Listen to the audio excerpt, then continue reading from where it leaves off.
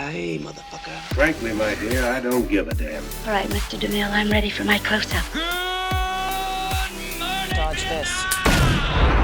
There is no such thing as a new idea. It is impossible. We simply take old ideas and put them into a sort of mental kaleidoscope. Mark Twain.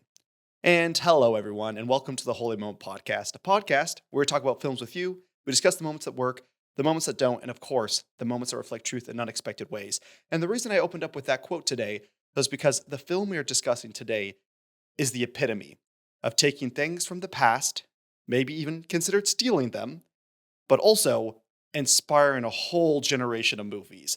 It sits at this weird fork in the road of like stealing and taking creative liberties from past movies and plays and books, but then also just like inspiring a whole new genre and so many movies you love in this day and age. And of course, we were talking about A Fistful of Dollars. But before we jump into it, let me introduce my lovely co-host. We are joined by Jeffrey Nichols today. Hello, everybody. I'm Jeffrey Nichols, and I am excited to discuss the first of the Dollars trilogy by Sergio Leone. Yes. Yeah, I'm excited about this one as well. It actually, funny enough, this season has been weird. We have almost done back-for-back rolls on the wheel for the same genres. I think this is like the fourth one in a row. It was originally like my hobby and then your hobby, and then it was your coming of age and then my coming of age. And then I think it was, last week was what would my co-host like for you? And this week it's what my co-host like for you. So the big question is, Jeffrey, I picked this thinking you would like this movie. Before we get into all the shenanigans, the directors, the plot, the yada yada, you got to answer one simple question. Did you enjoy A Fistful of Dollars? I did enjoy A Fistful of Dollars. I enjoyed it quite a bit. Westerns aren't typically a genre that I would dive into myself. I'm not just chomping at the bits to watch another Western typically. But, I mean, this one met a lot of very positive expectations. I'd heard a lot of good things about the movie. And I'm interested to discuss how it defined a genre. And even if you didn't like this movie, we're breaking ground here at the Holy Moment Podcast because for the first time ever, we have recorded an episode together, but we've never actually watched a movie in person for the podcast. And this past weekend, I was in town hanging out with Jeffrey, and we got to sit down on couch. We ordered some pizza, and we watched A Fistful of Dollars. So that made the experience even more enjoyable watching it with you. For sure. And I just finished off that pizza before recording, so I am full and good. I am ready. I am nutritionized. That's coining that phrase. We need to watch more movies together because during the movie I was trying to play footsies with Jeffrey and we were cuddling and it was very cute. But all that to be said, let's talk a little bit about Westerns. They're not cute. They're not cuddly. They're rough and tumbling, grit and sweaty and lonely. But yeah, Fistful of Dollars. We're talking about the iconic director, Sergio Leone. We don't always dive into directors super deep, but I think this director really deserves to be talked about considering what he did for the Western genre and just the impact he has had on film history. And again, like movies we've watched to this day. Spaghetti Westerns. I think we've all heard the term before, but maybe we don't know where they come from. Basically, around, I think, like the 1960s and 1970s as classic Westerns, John Wayne, like the silent era of Westerns before they got color and were able and had like talkies. Those were starting to die out. And what was happening was a lot of Italian directors were starting to make Westerns for like a drop in the bucket, really cheap, but over in Spain. And so they were making these really cheap movies, but they also were making them quite a bit different. The hero often was like an anti-hero, or at best was kind of living in the gray. He wasn't necessarily just a good guy. So a lot of the story structure and themes that like your classic Westerns of like the 1930s, 40s, and 50s had in America, the spaghetti Westerns started to utilize different story methods and making them more complicated and a little bit different.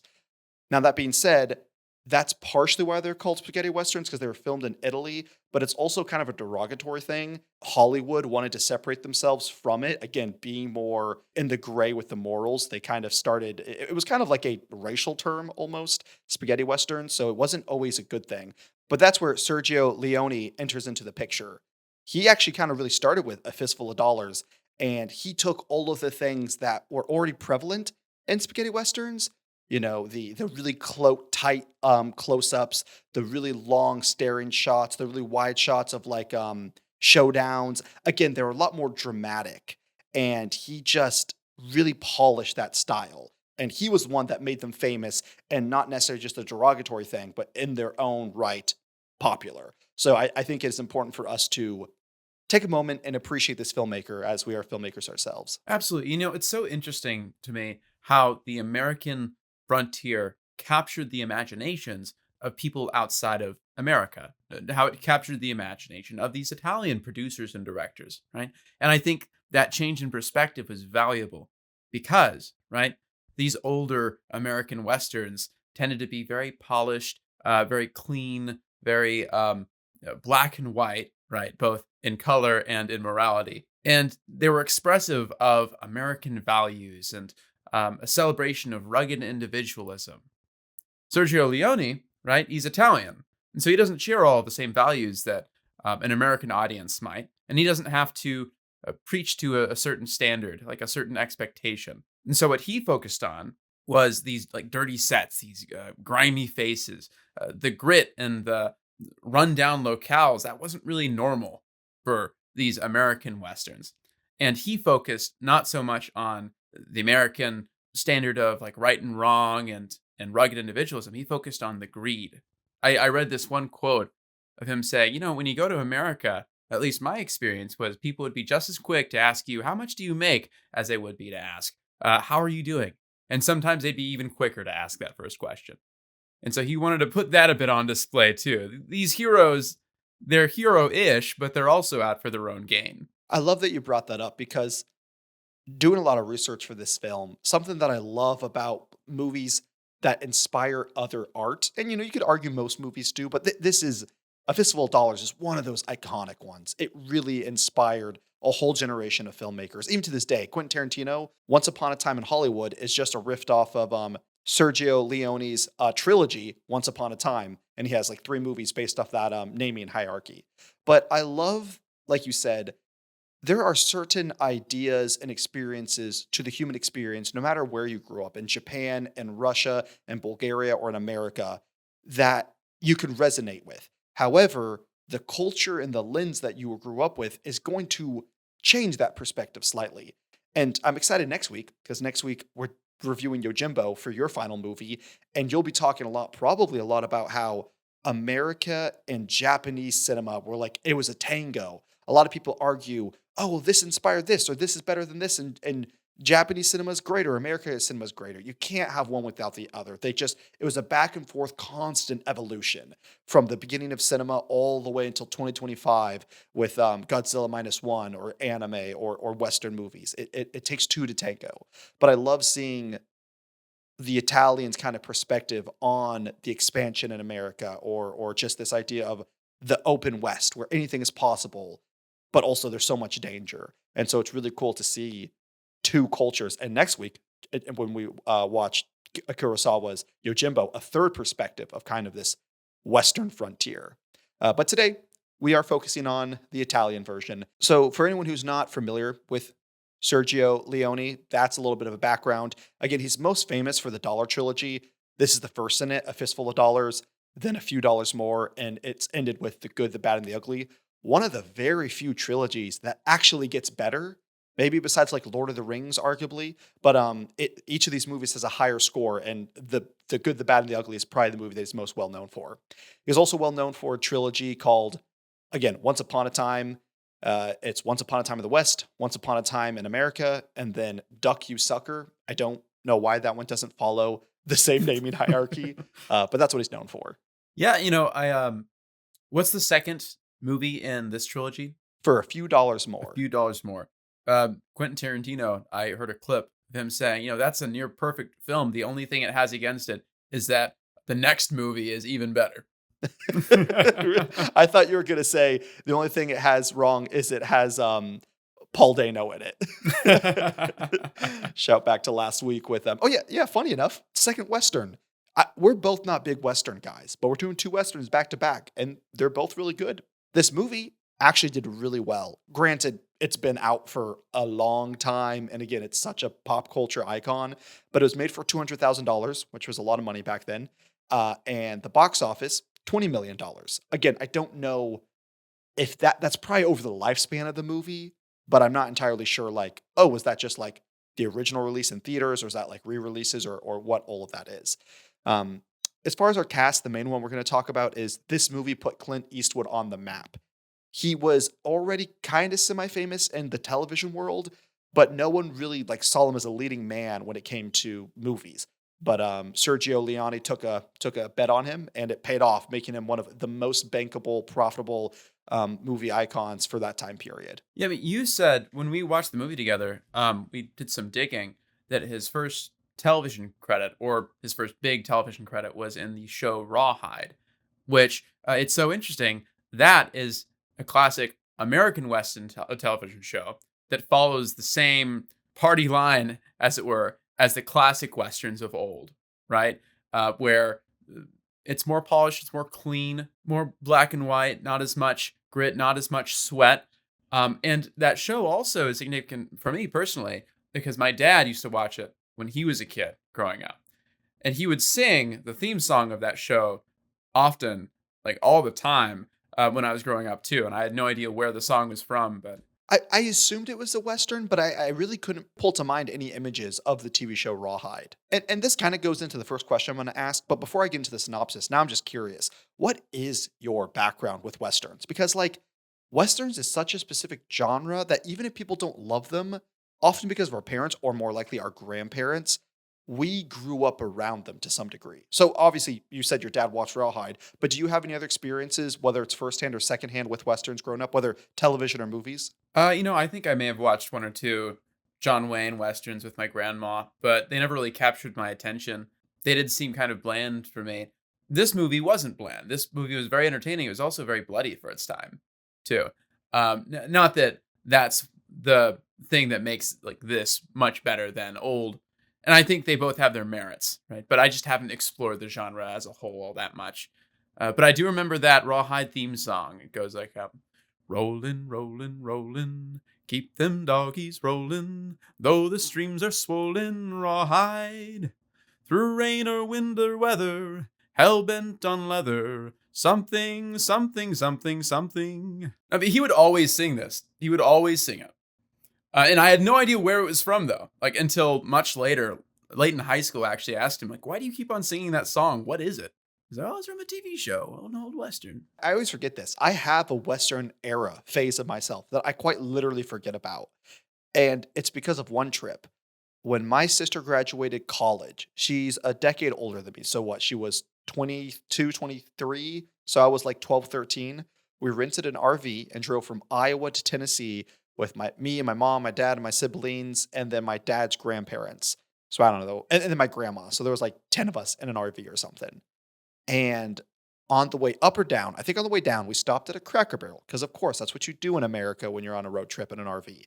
And I was perusing the shopping area, and I found this big, thick, like the size of a big book, maybe the size of a thick Bible. And it was filled with CDs of classic Westerns. And I think it was something like 200 episodes of like the most iconic, it's like 20 iconic Western TV shows and about 200 episodes in total. And I remember going through that over and over and over again for like 2 years.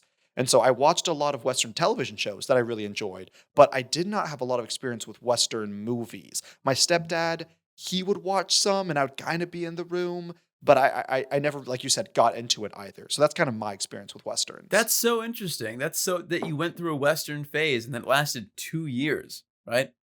I think that's the exact opposite of I never got into it. Yeah. Well, I guess, yeah, that's fair. It's just weird how, like, it's so funny when you go to film school and you start to realize what impacted you. You know, some people are like into films from day one. That like wasn't me. I went to school and then kind of stumbled into film and realized how much I loved it. And now looking back, realizing what's inspired me. I wish I could say that 2-year period of Westerns inspired me. But it's like a race for my brain. I do not know why that period is just like gone. Do you remember like the premise of some of those shows, or what were the shows? I mean, very patriarchy or not. Yes, patriarchy, but also Patriotic. Yeah, it was like Annie Oakley, The Lone Ranger. I really liked Bonanza. Those are the three that come to mind immediately. But there were a bunch. But I really like Bonanza. That one was a good one. Yeah, I mean, patriotic is that was the name of the game for American westerns, and that's why these spaghetti westerns bucked those trends and were able to say things that those older westerns weren't. Yeah, which is cool. Yeah, to see again, like the quote I said at the beginning of the episode, the Mark Twain quote. There is like, it's this idea we would say all the time in film school. There is no new ideas. The best artist is an artist that steals an idea but then cultivates it. It's not a one-for-one ripoff.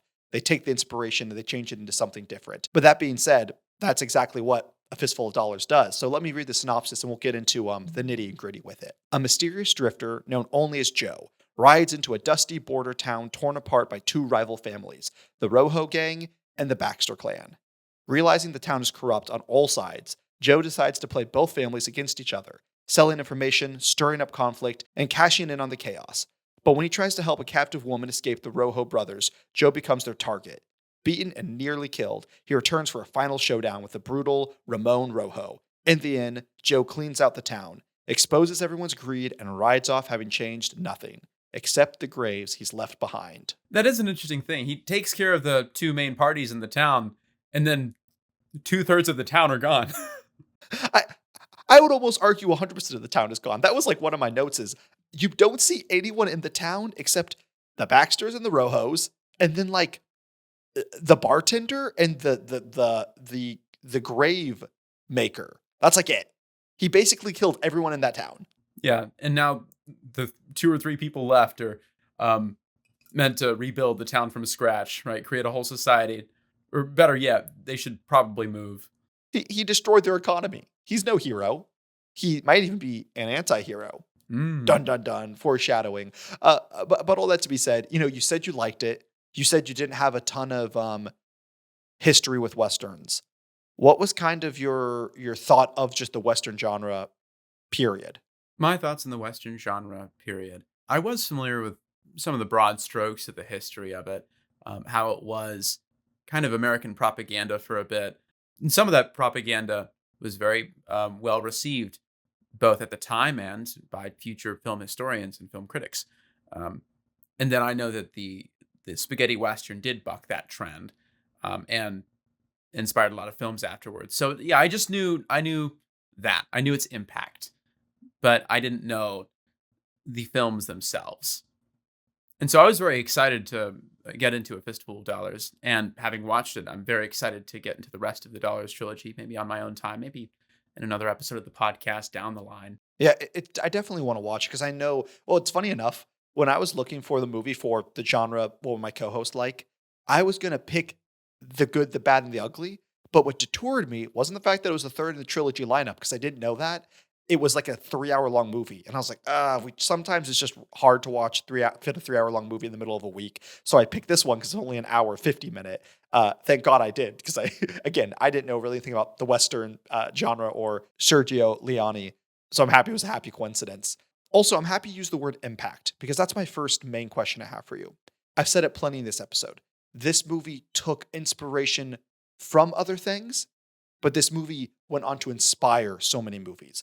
So my first question for you was, when watching this movie, did you see any direct references to any movies you love? Or in retrospect, do you see how this kind of specific movie kicked off this genre as well as is still inspiring directors to this day? Yeah, I mean, the Dollars trilogy is one of, if not Quentin Tarantino's favorite film trilogy. And he's gone on the record saying that. And you can see that when you watch his movies, The Hateful Eight and Django Unchained. In fact, Django Unchained is named after another classic spaghetti Western called Django. And I haven't seen that movie. I haven't seen either. But I have seen The Hateful Eight. And I do see just the grittiness, the bloodiness, the morally gray protagonists. Like that impact continues to the present. But also, calling back to just the differences between American Westerns and spaghetti Westerns up to that point. Those older Westerns, you'd have these perfectly ironed, bright Technicolor button-up shirts and these pristine sets. This town is run down, right? And these people are run down. And the heroes are not entirely handsome, right? And if they are handsome, they've been out in the sun for a little too long. And I think we see influences even in Star Wars, right? That bucked similar trends in the sci-fi space. Where before, right, sci-fi was always portrayed as clean and pristine, shiny white walls, think 2001: A Space Odyssey. And then when Star Wars comes around, it portrays a grungier, dirtier, grimier version of sci-fi, right? Both the interiors of the spaceships and the dingy cantinas. That's a good reference. I always forget that Star Wars is just a Western, but in space. I think for me, one of my favorite scenes that I assume was inspired. If not, I guess it's just a coincidence. But the final climactic scene where Joe, or the man with no name, comes back into town. Classic showdown, and he's fighting against the big bad of the movie, Ramon Rajo, and Ramon just shoots him. He's just like, I ain't got no time for this silliness. He pulled an Indiana Jones. I'm just gonna kill you dead right here.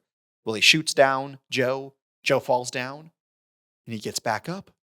Oh my goodness. Okay, well, maybe Ramon just missed. Shoots again. Falls down. Gets back up. All of a sudden, it's like, is this man immortal? What's going on? What's happening?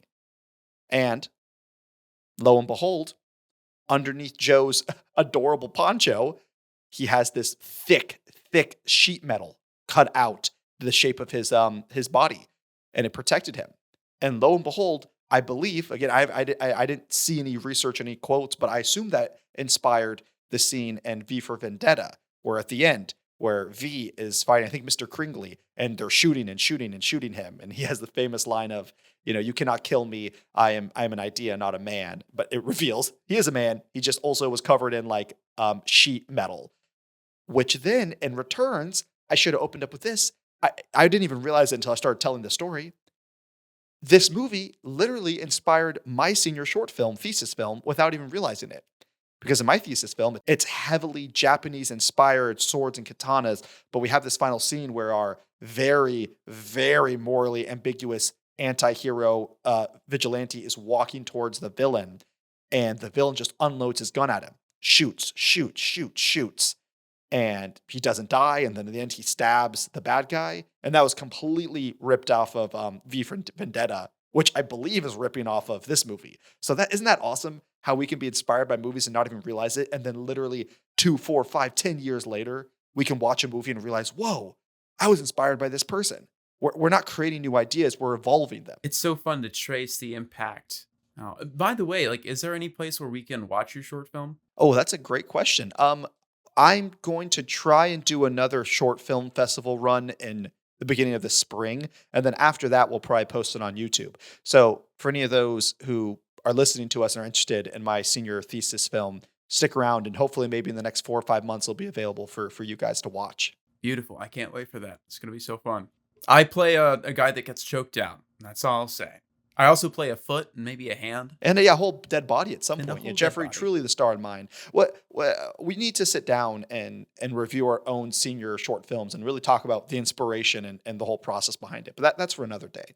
But yeah, it was just a lot of fun. For even if you don't love the Western genre, even if it's not like your cup of tea or swig of beer or spit of tobacco, you can't deny that it didn't inspire so many things. And it's also really cool seeing as it was one of the first real genres of the American cinema movement. Even before we had color, even before we were able to speak in movies, when it was just action, it was one of the first genres that really evolved out of our history, which makes sense because we're going through the Western expansion, or was recently more in our past. So I really enjoyed that. This movie, it's not new to us in the 21st century. If anything, this theme is kind of beaten to death a little bit with things like The Boys, more of our morally ambiguous characters. But again, you got to appreciate for at the time, Joe, our main guy, Clint Eastwood. He's not, I would say at the end of the movie, you would say he's a pretty good dude. He goes out of his way to save this woman, puts his neck out on the line, gets tortured basically to set her free, which wasn't even a love interest, just like him being a good dude. But also, we see him profiting off of other people's misery, off other people's extortion and pain. So he's not necessarily a good person. What did you think about the anti-hero? And how did you feel like Clint Eastwood's performance led into it? Did you think it detracted or did you think it made it better? I think that Clint Eastwood was made for this role, right? The rugged bounty hunter, um, silent, stoic, um, past and motivations are a bit obscure, like mysterious to us, right? I think he exudes mystery, coolness, sex appeal, even, right? um, and I think that you can see the wit in his eyes, the intelligence, right, as he just observes the people around him and exploits their weaknesses. And I cannot stress enough how cool that opening scene was. Not the opening scene, but where he confronts the bandits or the ne'er do wells that humiliated him earlier on his mule, right? They're like, I don't really take offense to any of these things, but my mule, on the other hand, my mule would like an apology, right? That scene was very tense, and he played it with a lot of charisma. I would definitely agree. I feel like, and maybe people don't say this, but so maybe it's just my thought, but I feel like you could look at Clint Eastwood's performance and go like, oh, he's just a hot guy sweating and kind of staring. But I agree with you. I think the subtext and the performance he was able to play with his eye, like you said, his eyes. I agree with you. His eyes were doing a lot. They were reading into situations. You could tell his mind was turning.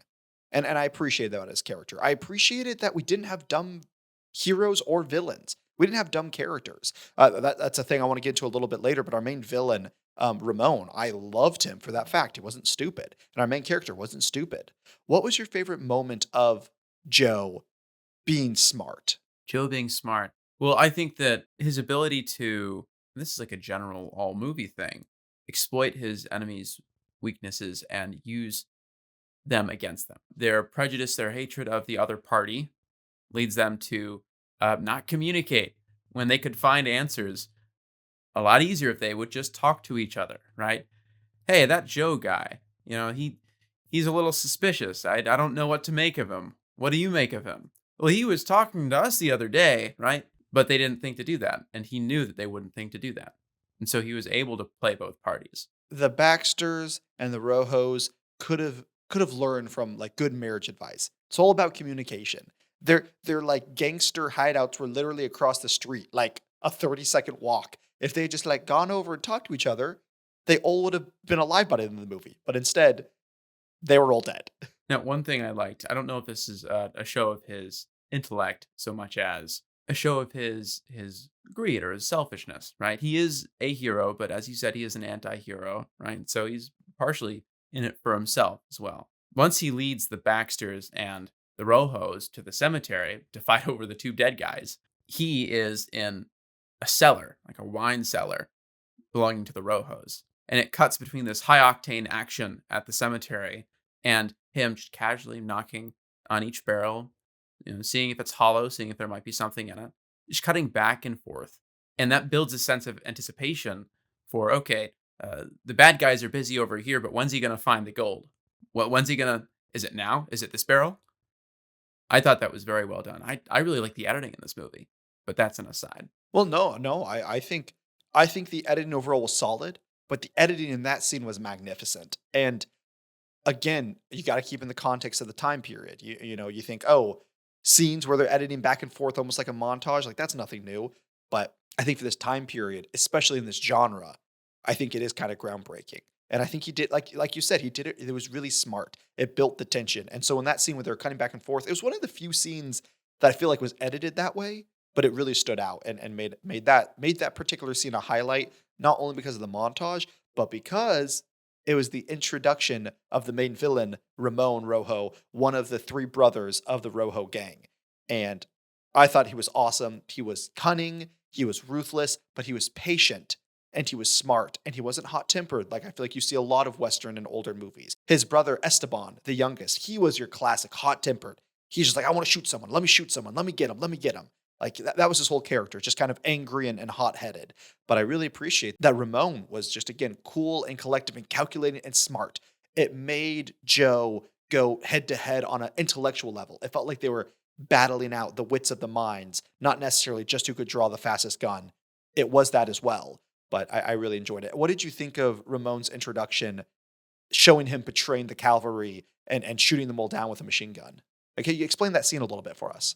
Clint Eastwood and the innkeeper go to this locale where a bunch of Mexican soldiers are meeting some Union soldiers, and there's an exchange of gold and weapons happening.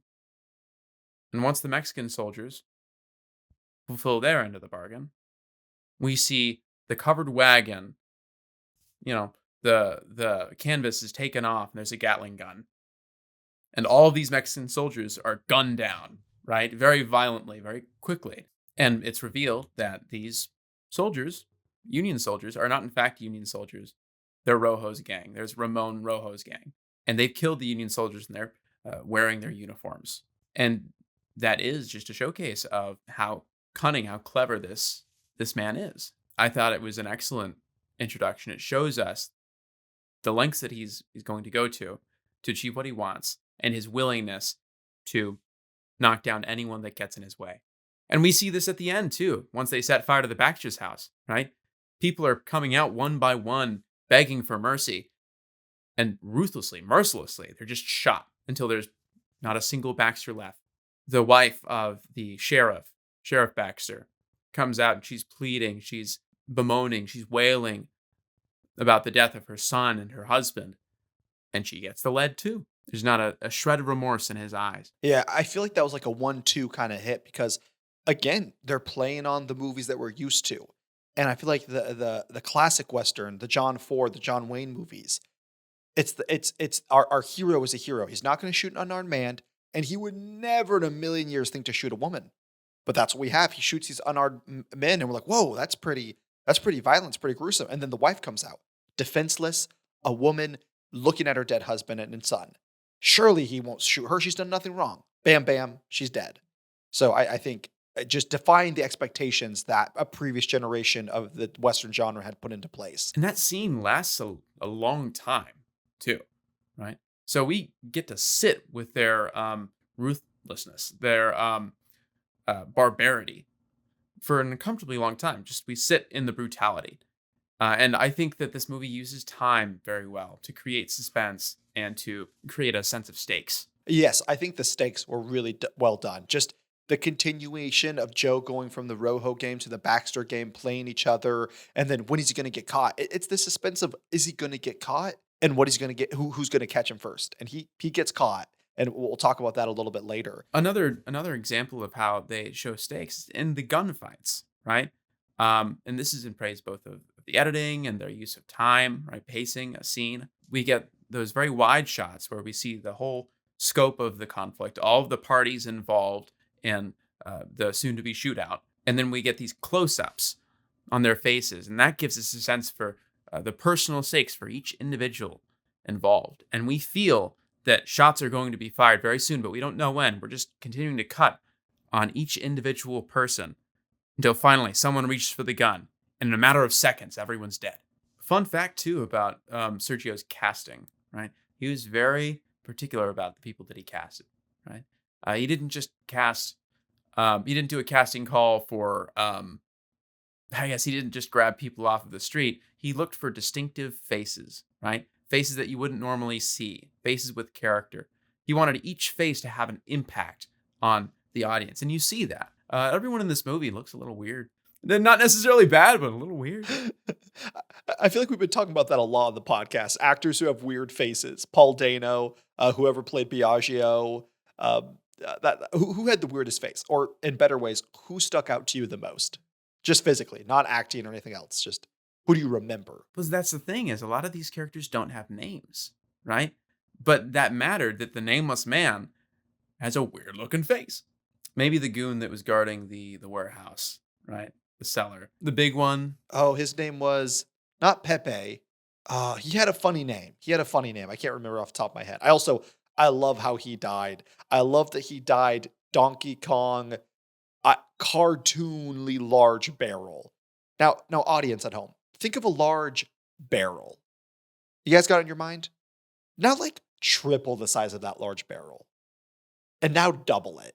This barrel, what are they storing in that barrel? It was so freaking, like, it was easily the size of like a minivan. I don't know, maybe that's an exaggeration, but a scene later on that I want to get into when Joe, the bandit or the man with no name, gets caught and tortured. He escapes by pushing this giant barrel down on this actor that Jeffrey's talking about, and it just explodes this barrel because of the pressure, and it just kills two like underlings. And it was one of my favorite scenes of the whole movie. It was great. I think it had to have had tequila or some high alcohol liquor because very shortly thereafter, Clint Eastwood, he escapes, he hides. Ramon and his goons, they enter the room and he sets fire to it. And that fire catches quickly. I can't even imagine the party you could have with that barrel of tequila. You could get a whole city lit on that barrel of tequila. Hey, you want to come over to my house? We don't have bottles or a keg, but we have a fucking giant barrel the size of a minivan. We can swim in this thing if you want. Yeah, you could. That's crazy, man. But I've distracted myself. Oh yeah. So you think he has one of the most recognizable faces? I thought the bartender, who does have a name, but it's a hard to pronounce name because it's not American. I thought about naming him Silvanetto, which I'm sure I'm saying wrong. But he played the bartender who was the friend to our main character Joe. He kind of befriended him. He was kind of the moral backbone and just was his buddy. And I thought he had a very distinguishable, worn down face. This man has seen some things. I mean, Clint Eastwood has a distinctive face, right? It's a handsome face, but it's not a face that you casually see out and about. This almost constantly, perpetually disgusted, suspicious look. Gun to your head, who is hotter in their specific portrayal? Daniel Day-Lewis and the portrayal of Daniel and There Will Be Blood from last week, or Clint Eastwood as Joe from Fistful of Dollars? That is a good question because they're both attractive men, right? Daniel Day-Lewis has that magnificent mustache, right? That's a point in his favor. And he certainly knows how to drink a milkshake. Why'd you make him an old grandpa? That was his voice. I drink it up. That was up. his voice. There, that was good. That was better. Jeffrey, I cannot, not to interrupt my question. I have watched that scene like 12 times since I've watched that movie. I just will go and watch that like 4-minute portion of that scene because I love it. I love his acting so much in it. It's beautiful. The way he dances around like a little gremlin and then beats Paul Dano to death. It has gone down for my top 5 favorite scenes of all time. It's amazing. Oh, I'm glad you liked it. I'm glad because that was my pick for you. Is what would my co-host like? There Will Be Blood. Well, we'll have to see when we rate this movie. Did I rate your movie higher, or did you rate my movie higher? Man, I can't recall what you rated. There Will Be Blood. I rated a 4.6. Oh, that's maybe even a 4.7 because I remember you were raving about how that's really high. Yeah. And it is high because it's good. But don't get distracted. Who would you lay in bed with out of the two? Yeah, here's the thing, right? I couldn't deal with the passive aggression of Daniel's character, right? Passive aggression and at some points just actual aggression.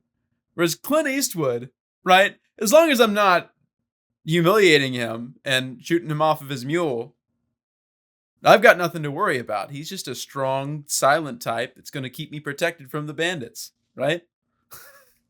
So I'm gonna give it to Clinton this time, in this instance. I would put up with the emotional, the physical, the spiritual abuse that Daniel Day-Lewis would put me through just to hear his gravelly voice.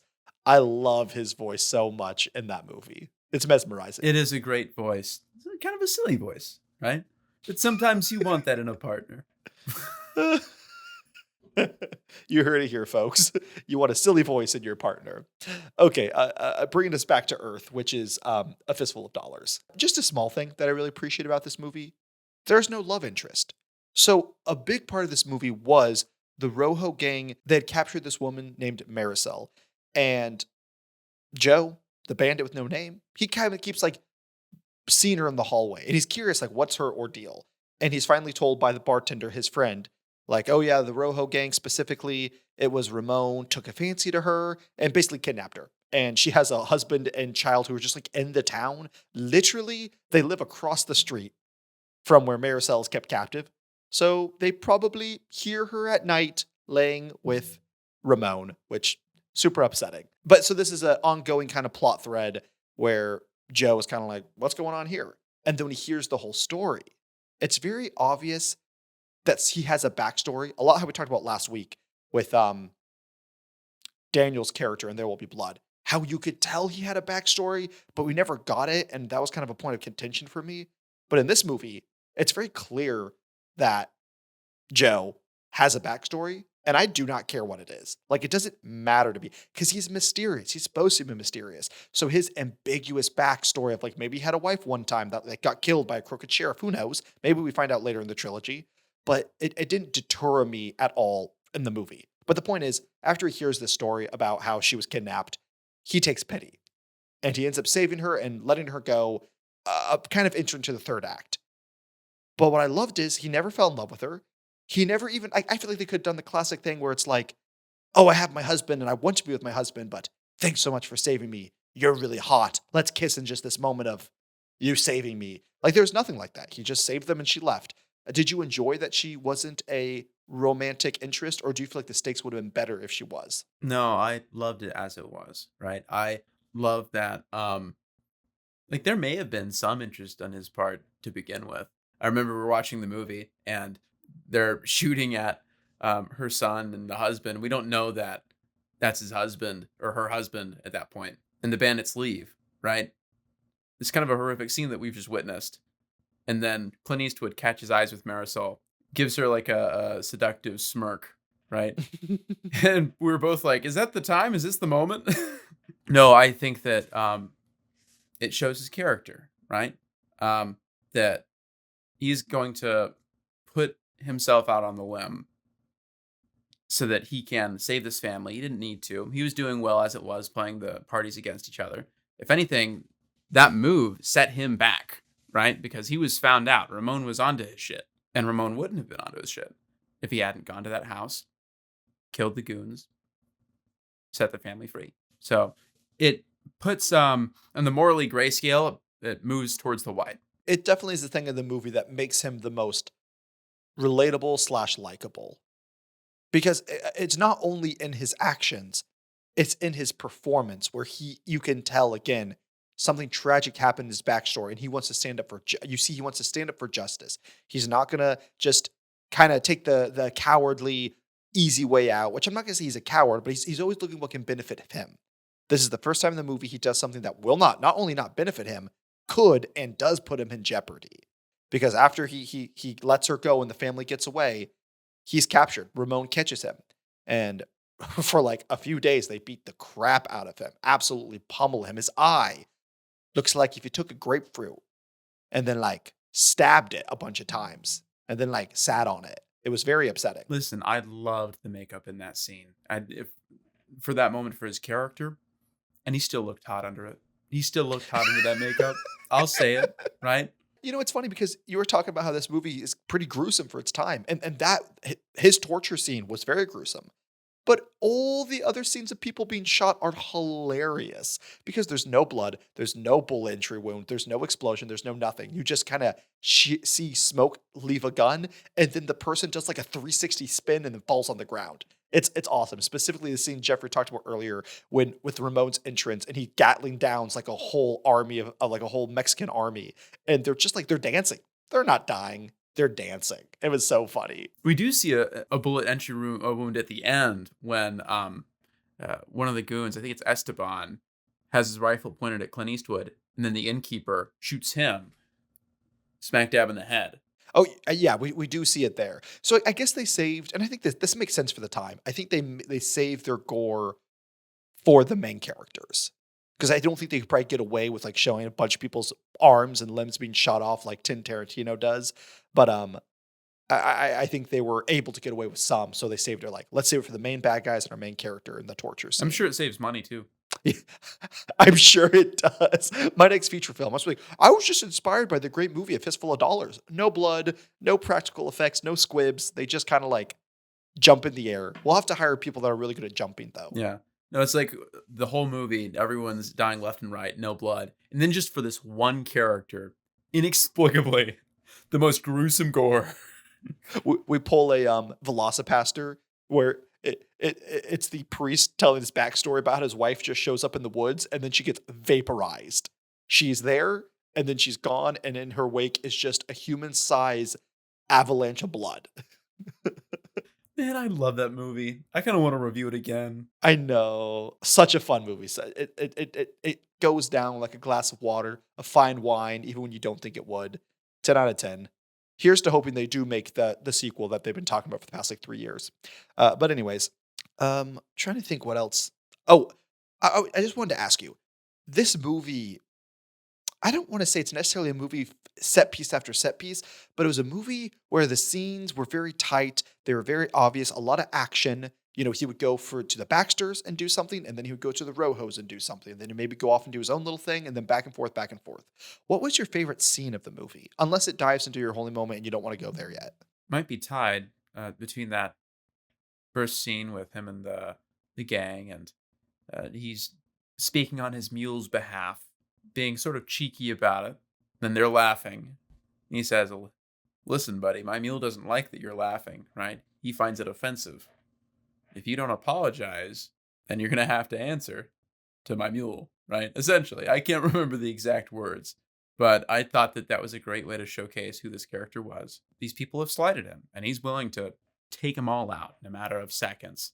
But then also, at the end, the duel with Ramon, taking out all the bad guys around him. The match between the 45 and the rifle. I thought that was very well done.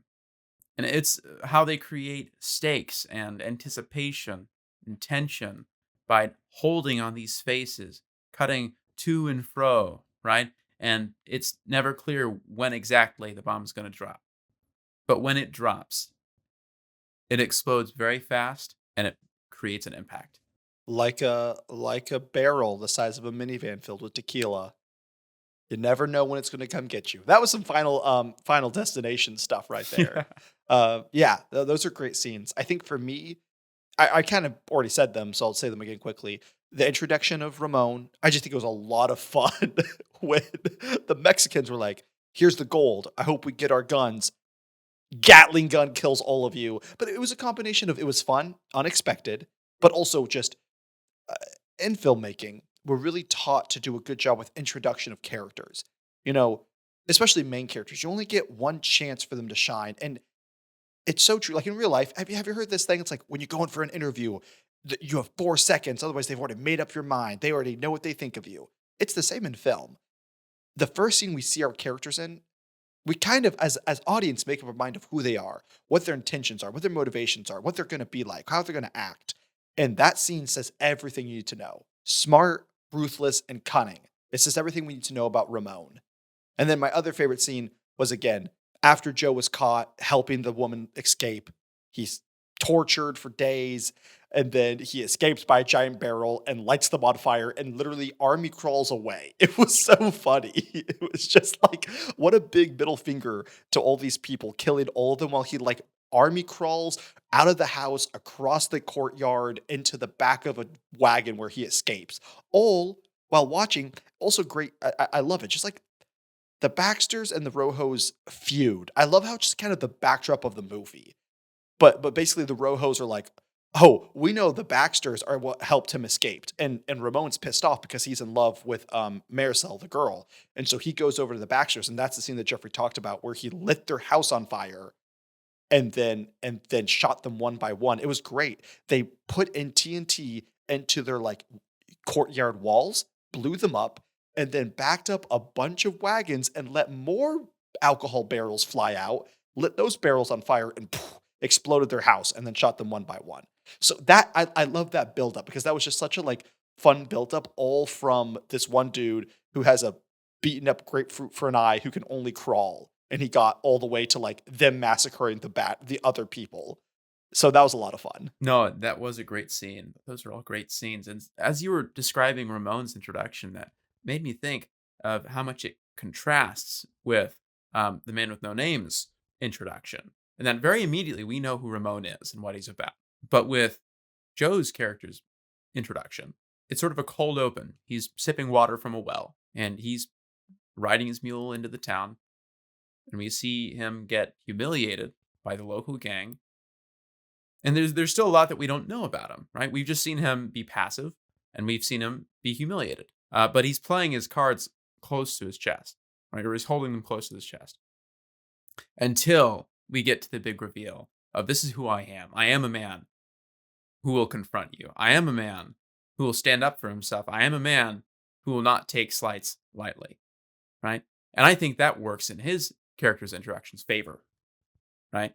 That it takes us a bit of time and a bit of build-up before we see, okay, this is the kind of man that Clint Eastwood is. No, that's really smart. I didn't even think about that, like the contrasting between their two introductions. And also to further your point, that he is a man that will wait and watch. Literally, we open up with him at the water well, and he sees the child of Maricel like break into the house, and then the Rojo gang throw the kid out, shoot at him, and then go beat the crap out of the father. And he just watches. He just sips his water and watches. It shows that he is not the chivalrous knight. It shows that he is not passive, but he's willing to wait to strike. And so I think it shows similar things. I think they're both smart and patient, but it still shows that they are different. So I appreciate that. Yeah, he's not a chivalrous knight. He is a cunning rogue. He knows when to place the knife in the back of his opponent. He knows how to wait. Yeah, another thing I like, again at the very end with their final duel, when he wears that armor plate. Again, I didn't grow up on westerns, but I can imagine. Again, the good guy. The good guy needs to win by clean, fair play. High noon, we march out 12 paces, and then it's just whoever can shoot the fastest. Period. But in this scene, I don't want to say it's underhand tactics, but I can imagine how it could be seen as underhand tactics to like wear this body armor. And so again, I like that. He's going to do what he needs to do to survive. He doesn't care about being an honorable dude. He wants to live. Exactly. No, and that's what makes me excited for the future movies. I want to see where he goes. I believe that the other movies are anthology stories. So it's not that you have to see all to understand, one, but we get to see more of that, or so I've heard. I'm interested to see if they dive in more to a story of our main character, Joe, or the main man with no name, or if he stays ambiguous the whole time and he kind of just like each movie is him going to a town and pseudo rescuing it, but also pseudo destroying it. So yeah, I will have to watch it for future episodes or just when you and I hang out, Jeffrey. Yeah, for sure. I mean, that's the thing is with him being an ambiguous and mysterious character, I am very curious about his past.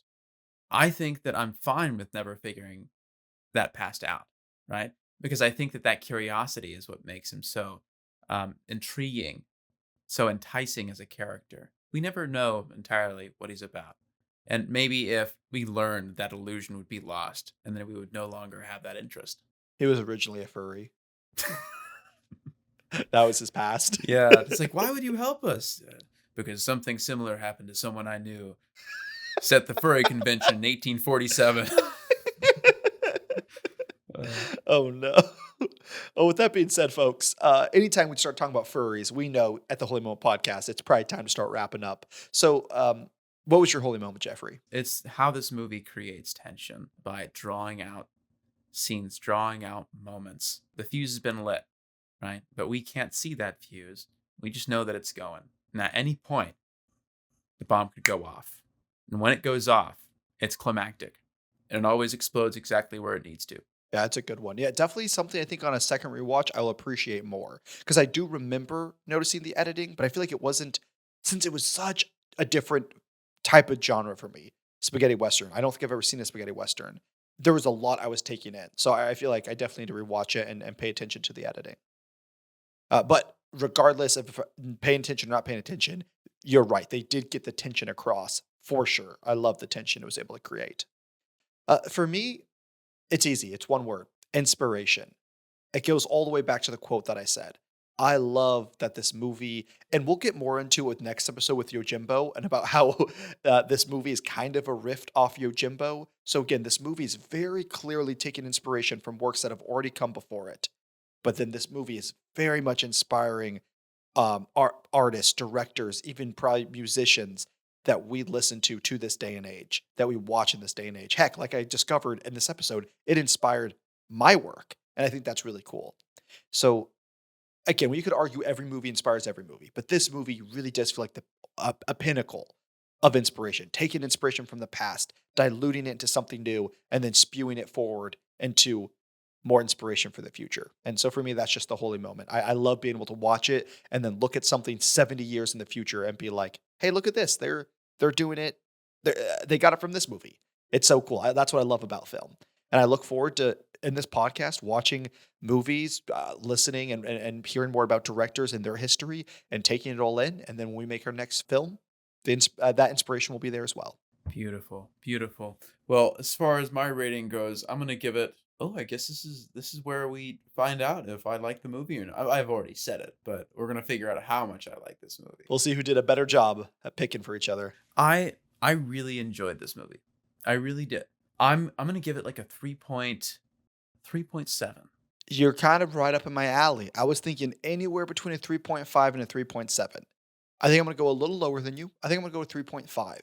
I also really enjoyed it. I really appreciate what it did for film history. And I think on a second rewatch, I'll enjoy it even more. But because of the lack, like the mystery that was our main character, Joe, which I appreciate, I wouldn't have changed it. But because of that mystery, I didn't get a heartfelt story. And again, that just might be for the time period it was made in. Maybe the whole Marcelone, the girl story arc was emotional enough. But I think we have evolved to a more complex kind of story narrative with our characters. And for me, it just didn't hit that. But I still really enjoyed it for what it was. A really, really good movie. So I'll give it a 3.5. Yeah, I think my 3.7 is I really enjoyed the film. Westerns still aren't my preferred genre, although this has given me a greater appreciation for them. And again, I really want to see those future movies. I'm also giving space ahead of 3.7 for those future movies, knowing that it gets better right from here. And so I'm excited to give the next one a 4 maybe, and the one after that a 4.5. That's what I'm claiming. That's what I'm predicting. And if we ever cover those movies and I give anything other than those respective scores, you can put me down like a dog. We'll make sure. We'll shoot a close-up of your face, close-up of my face, close-up of your sweaty hand, and then boom, dead by my own hand. And then we'll post it on YouTube. We'll be the next Paul Logan. But in our defense, I have not written, I have verbal permission by the person I will murder to post on YouTube. So it's all good.